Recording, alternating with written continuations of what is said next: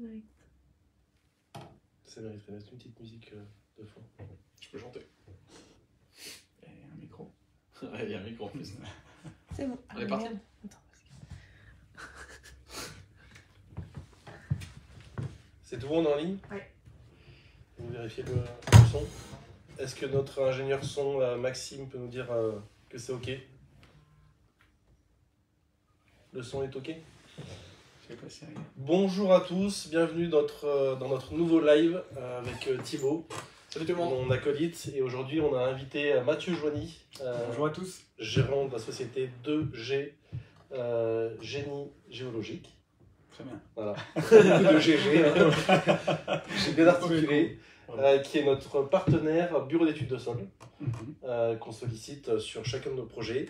Le but du live, comme d'habitude, c'est un échange où on va un peu questionner Mathieu sur des choses que nous on vit au quotidien et profiter de son expérience et de son expertise pour, voilà, par transparence, vous donner un petit peu tous les petits tips de notre gestion de projet.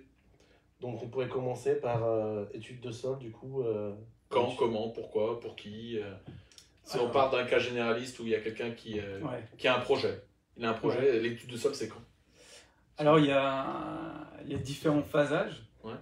Il va y avoir un premier phasage où, effectivement, on démarre sur l'achat du terrain.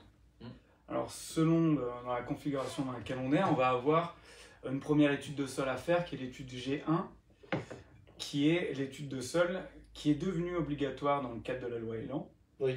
Pour certains terrains qui se situent en zone d'aléa moyen ou fort de retrait-gonflement des argiles. C'est juste dû aux argiles. On reste un peu ici. Pour que c'est bien chaud. Quand on est genre à Sainté, souvent il y a des caractères miniers. Oui. Quand on est en zone inondable et tout, ça marche Alors, pas. non, ça marche pas. Quand tu vas acheter ton terrain, dans le cadre de la vente d'un terrain à bâtir, c'est là par exemple à Saint-Étienne, on n'a pas de problématique liée au retrait-gonflement des argiles. On a d'autres problématiques, mais celle-ci on l'a pas. Par contre, si on va dans la plaine du Forêt, là on a énormément. Donc, là, comment on fait pour savoir? Alors, on va sur un site internet. On va sur un site internet, tu peux aller sur Géorisque, oui, ou sur le site du BRGM qui s'appelle Infoterre, où tu as des cartes sur lesquelles on t'a représenté les zonages de soit c'est en aléa fort, soit en aléa moyen. Toi, tu vas souvent sur Géorisque. Nous, dès qu'on a une adresse d'un projet étudié, Thibaut, il va toujours sur Géorisque. Ça permet de voir toutes les informations liées à l'adresse.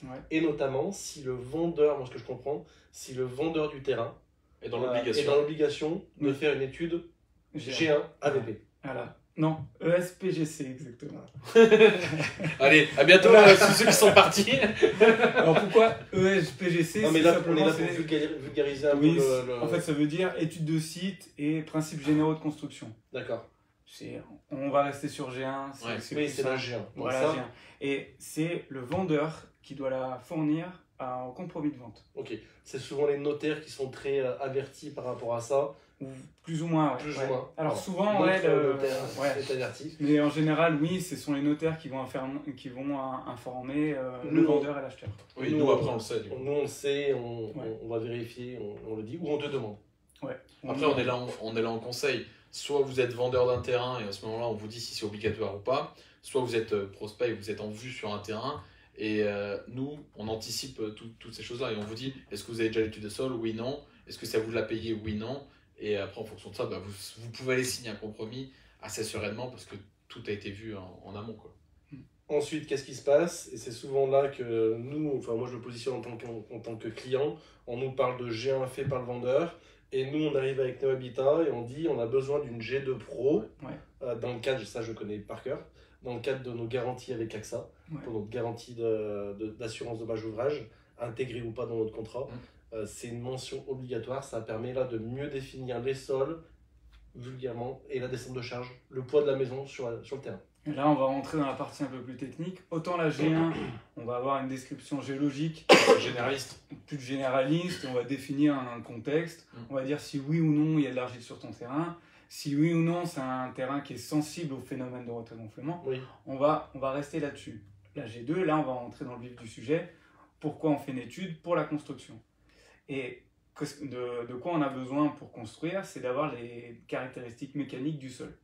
Et donc l'étude G2, elle va viser à caractériser ton sol de manière à ce que tu puisses construire dessus et comment tu vas construire dessus. Et en fonction des résultats des investigations qu'on va faire sur site, nous, on va donner des préconisations de construction en fonction des caractéristiques du sol. Et du projet.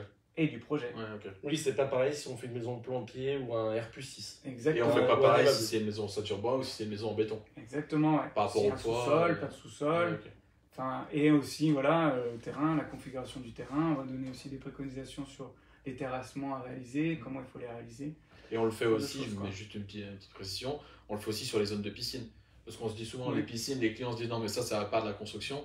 Non, ça s'anticipe tout de suite parce que quand on est sur des zones retrait gonflement d'argile, une piscine en termes de mètres cubes et de poids, c'est énorme. Si ça s'anticipe pas au niveau du sol, derrière, l'assurance pourrait réimposer une nouvelle étude. Et même sur les terrasses. Même sur les terrasses, oui, même sur les terrasses, quand il y a des fondations. Rapproche-toi. Oui, pardon. Il y a une directrice technique qui est derrière et qui fait ça.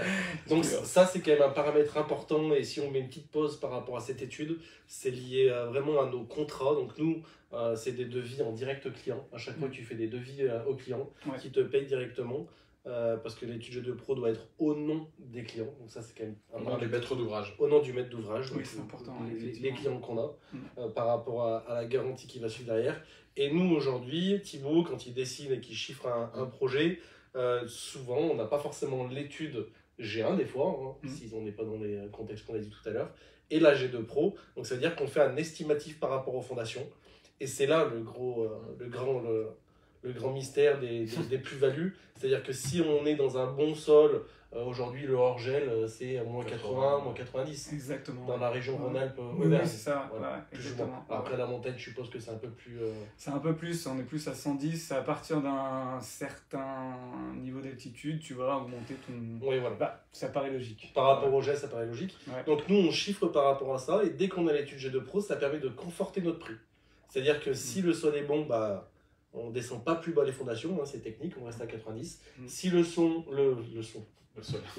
n'est pas bon, on peut descendre à 3-4 mètres. Ouais. À Saint-Etienne, on a eu un projet il y a 2 ans. Ouais, c'était même plus. On est descendu. je crois que c'était 5 mètres. 5-6 mètres facilement. C'est là, nous, on va donner aussi des préconisations sur de manière optimisée ce qu'on peut trouver comme type de solution de fondation. Ouais.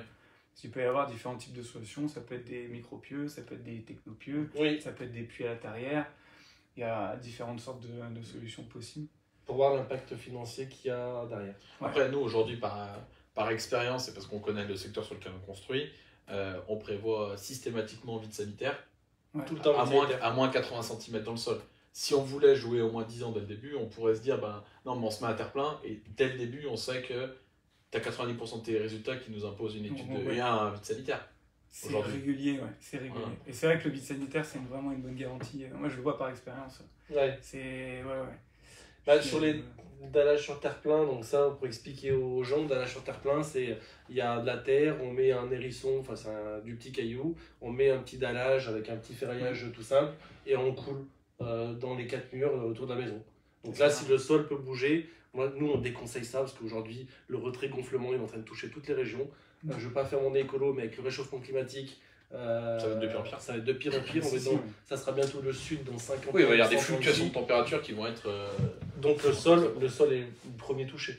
Donc c'est sûr et certain, c'est vide sanitaire, étude de sol. En fonction de l'étude de sol G2 Pro, on peut faire, comme on disait, du technopieux, du pieux béton, de la grosse fondation. Et ça a un impact, oui ou non, dans le prix. Nous, on est très transparent par rapport à nos clients. On a signé des dossiers autour de Vichy où le sol était vraiment pourri de chez pourri. Et même entre la préconisation de Mathieu, qui est notre partenaire, et la réalité, on est descendu plus bas. Voilà, pour sécuriser, et on a fait des pieux. Donc là, on a signé un contrat CMI, donc un contrat de construction de maison individuelle, avec un prix ferme et définitif. Donc mécaniquement, le fait de descendre 1,50 m plus bas par rapport à ce que Mathieu nous avait préconisé en technopieux, ça aujourd'hui, voilà, le client est protégé par rapport à cette plus-value. C'est nous qui avons perdu sur notre taux de marge, mais c'était dans le cadre du contrat. Donc ça, c'est les gros paramètres, j'allais dire, de gestion de prix qui peuvent fluctuer en fonction de l'étude de sol. On a eu un cas aussi, un dossier que tu as signé il y a 2-3 ans, 1 an et demi, je crois même. C'est dans le Jura, où là, on a repris un dossier où il y avait une dalle Et là, tu nous as fait une étude. En gros, le maçon était déjà intervenu. Ouais. Oui, c'est ça. Le maçon était déjà intervenu et nous, pour des questions assurantielles, on n'a aucun problème à construire sur des choses qui ont déjà été construites. Il faut juste qu'on s'assure de la solidité de ce qui est déjà fait. Donc à ce moment-là, Mathieu doit intervenir, d'autres entreprises aussi, mais Mathieu doit intervenir en premier pour faire une G5. G5. Et la G5, c'est le diagnostic sur l'existant. Pourquoi on rigole? Parce que c'est G1, G2, G3, G4, G5. Et on Et s'arrête après, là. on s'arrête là. Donc là, on a fait le summum, c'est une étude G5. Tu vas nous expliquer en quoi ça consiste, mais nous, on avait vraiment un maçon qui a fait un radier. La cliente je sais pas, elle a eu un abandon de chantier. Par connaissance, on a étudié le projet et nous, directement, pour étudier le projet, on a appelé AXA. AXA nous a dit oui, mais on peut reprendre, attention, étude G5, rapprochez-vous de C'est la première fois qu'on avait ce cas-là. Première fois qu'on avait ce cas-là. Et là, du coup, on a appelé Mathieu. Oui. Et Mathieu, il nous a fait une G5. Et En quoi consiste une G5? En fait, G5, voilà, c'est donc, je disais, diagnostic de l'existant. Donc on a un ouvrage existant.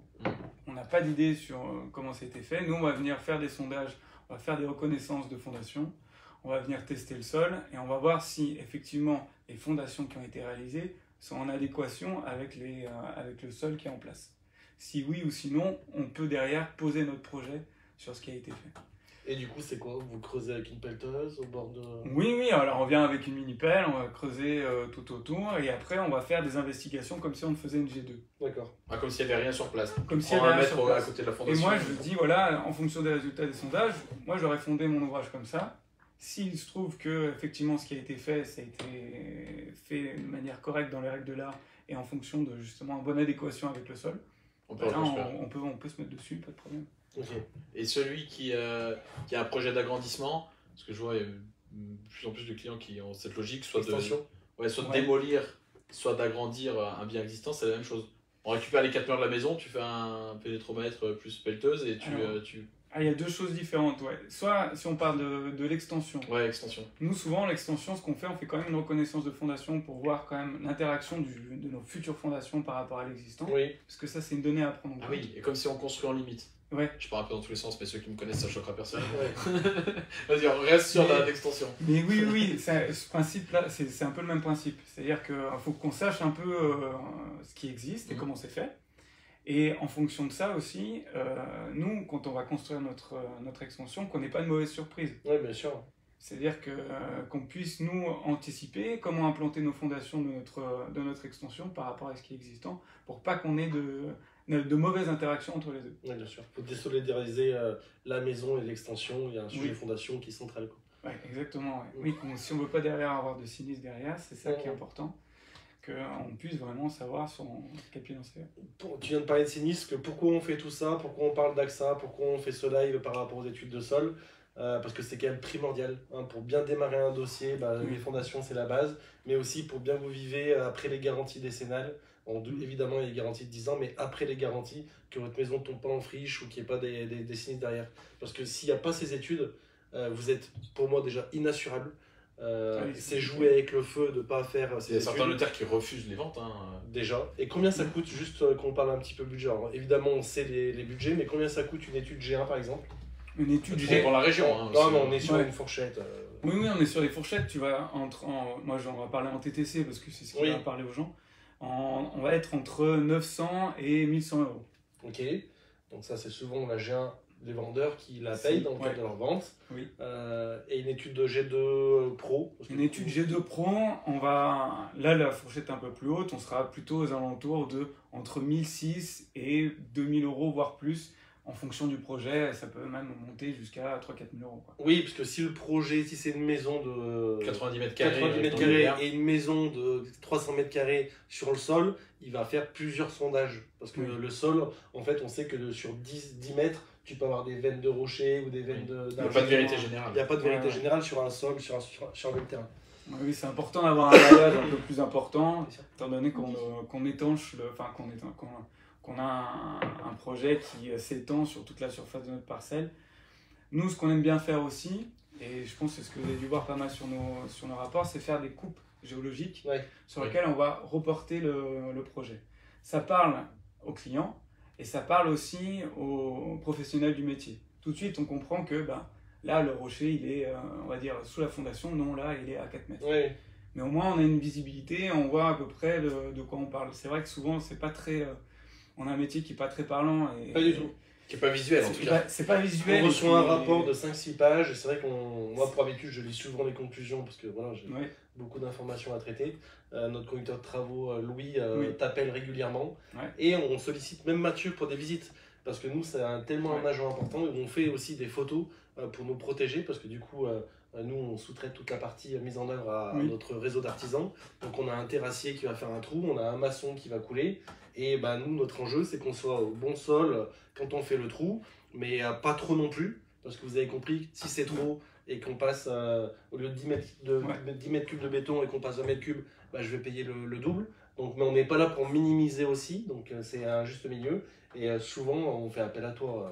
On t'envoie les photos du sol, comme ça par rapport à ton sondage tu peux donner ton avis. Complètement. Et ça c'est la mission suivi de chantier, c'est ce qu'on appelle la G4. Oui. Donc ça c'est la... En gros, G1, G2 c'est en phase projet, vraiment. G4, on a suivi de chantier. On vérifie que ce qu'on a préconisé est respecté. Voilà. Et G5, c'est après, une fois que l'ouvrage a été réalisé. Oui. Donc ça peut être soit si on veut se poser dessus, ou alors nous aussi, on a une autre partie qui est après sinistre. D'accord. On a une maison qui présente des fissures. On suppose que le sol est à l'origine du sinistre. On va faire des études de sol pour vérifier que la maison, oui ou non, n'est pas bien fondée. Je crois qu'on avait une question. Oui. Est-il possible d'améliorer un sol qui n'est pas naturellement adapté à la construction? Oui, c'est possible. On a des techniques d'amélioration de sol, comme par exemple les inclusions rigides. Ça, c'est inclusion rigide. Inclusion rigide. On dirait un docteur qui parle. Ouais, là, c'est... Ah ouais, pas t'en être dans les trois frères. Ça commence à être un peu technique, là. Mais... Sur un projet de construction. Parce que, non, mais c'est quoi? En gros, si tu veux... Des pieux béton qu'on va descendre... Imaginons, on a un sol, c'est de la pâte à modeler. Oui. On veut se poser dessus, sans mettre des tonnes et des tonnes de béton. On va venir enfoncer... alors là, je vais prendre un truc un peu visuel, ce sera des cure-dents, sur un maillage un peu précis.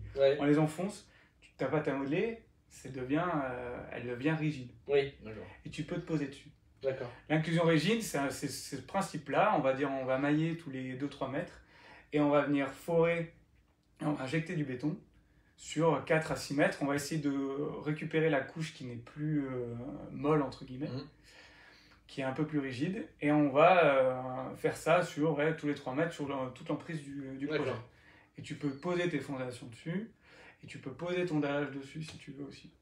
De prime abord, pour la personne qui a posé cette question, si c'est sur un terrain, nous on a déjà eu des cas, des terrains très difficiles, on a essayé de faire changer de terrain, parce que quand le sol est très compliqué et qu'on a un budget à tenir, là c'est sur le cas de Saint-Etienne qu'on vous parlait, sincèrement le client, puisque c'était en transparence, il l'a pas subi, dès le début on lui a dit... Et c'était avant de démarrer.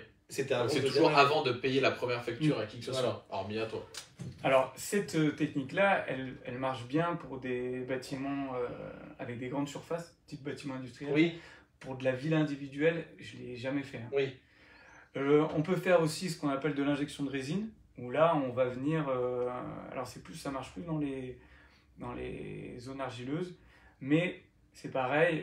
Est-ce que en termes de durabilité dans le temps, je m'avance pas. Nous, on est sur des trucs très simples, là, quand c'est une maison, par rapport à la question qui a été donnée. Nous, le principe de Technopieux est plutôt très efficace. On l'a utilisé souvent. Et c'est vrai qu'on l'utilisait même dans des bons sols, parce que à une époque où l'acier, alors après ça redescend un petit peu, où l'acier ne coûtait pas aussi cher qu'aujourd'hui, mais il y a 3-4 ans en arrière, 5 ans en arrière, on faisait des fondations, on privilégiait ça, parce que ça coûtait moins cher que faire des trous, couler du béton, faire des fondations traditionnelles, mettre des pieux vissés dessus et une non-green par-dessus, c'était quand même beaucoup plus économique. On gagnait 10-15% sur ce poste-là. Je revenais avant qu'on dévisse le sujet, mais le client, là, on parlait d'une maison de 120 mètres carrés. Au sol, soit sur 2 niveaux, mais 120 mètres carrés, et c'était une plus-value de 50 000 €. Et là, on n'a pas fait des pieux métalliques, on a fait des pieux en béton armé. qu'on a descendu à 5-6 mètres. Ouais. Parce que les puits métalliques, c'était aussi, ça marche pas dans tous les sols. Donc c'est vraiment un enjeu important et nous on attache beaucoup d'importance dans les projets qu'on étudie. Dans l'anticipation Dans de ces choses-là. l'anticipation. Et Mathieu, voilà, on provoque ce devis dès que possible pour avoir son sondage et conforter notre prix. Après, des fois, c'est une opportunité. Hein. Le cas du projet qu'on a à Poncin, le sol était vraiment pas bon sur la zone de construction parce que c'était une ancienne zone qui avait été terrassée, donc le sol était pas bon, il fallait descendre des fondations à, je crois que c'était pareil, 4 mètres, 3-4 mètres. En fait, ça a généré une opportunité de créer un sous-sol. Alors oui, après, on est dans des coûts qui sont plus importants sur le projet, mais on le valorise en termes de surface. On étudie après Donc toutes après, les options. on s'étudie, mais là, en pour l'occurrence, les clients, ça a permis de faire Ouais, mais c'est le bon réflexe. une étude de sol et de se dire qu'en fait, je dis n'importe quoi, les 50 000 euros ou les 30 000 euros que coûte le sous-sol en plus par rapport au coût des fondations, des fois c'est intéressant par rapport aux 100 mètres carrés qu'on va pouvoir gagner. Ouais, clairement.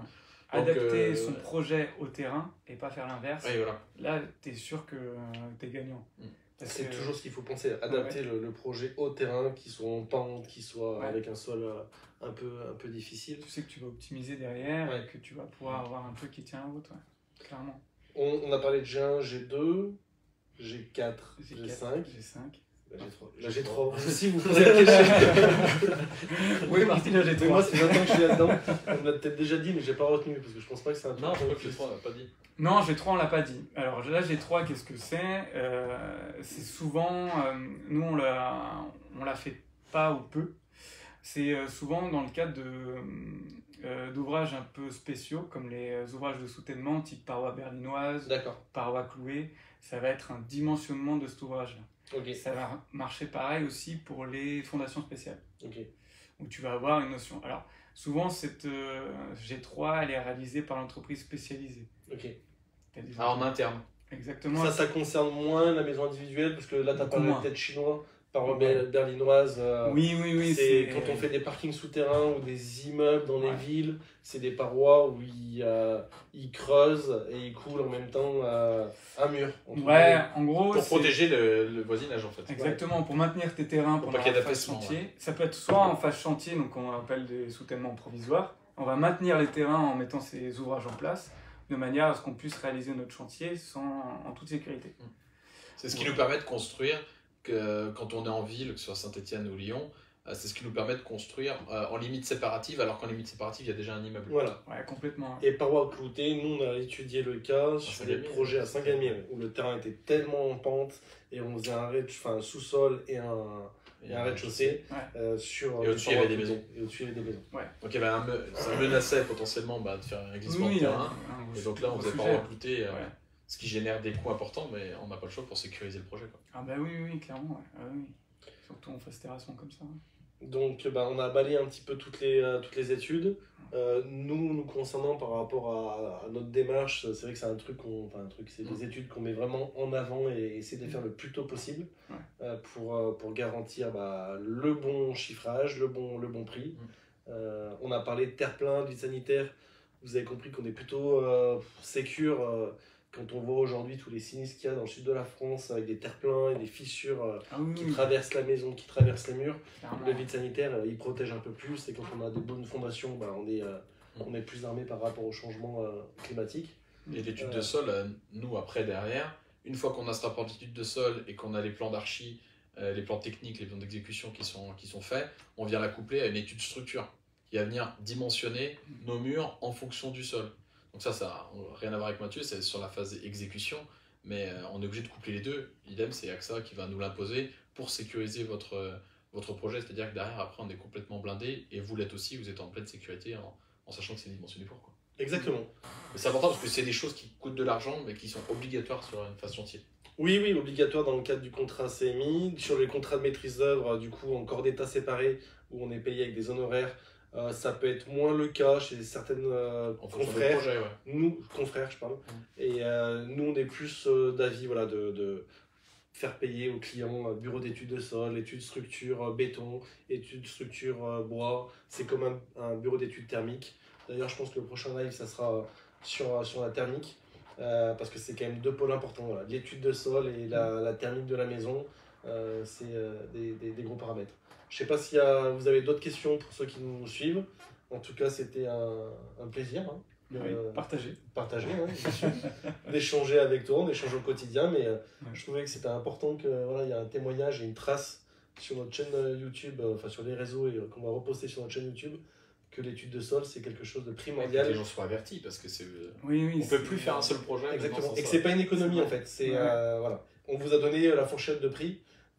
Du coup, on mettra les coordonnées de Mathieu sur les posts si vous voulez solliciter directement avec son entreprise 2G Génie Géologique. Voilà. Et il se déplace dans toute la région, comme nous d'ailleurs. Sur toute la région. Exactement. Merci. Merci à tout le monde. Merci à vous. Merci Thibaut. Hein. Et puis. Sympa la petite veste de costume. Franchement, beau comme un camion. C'est pas le t-shirt. Merci à vous, à plus. À bientôt. Allez, bonne Et à journée. très bientôt sur un prochain live.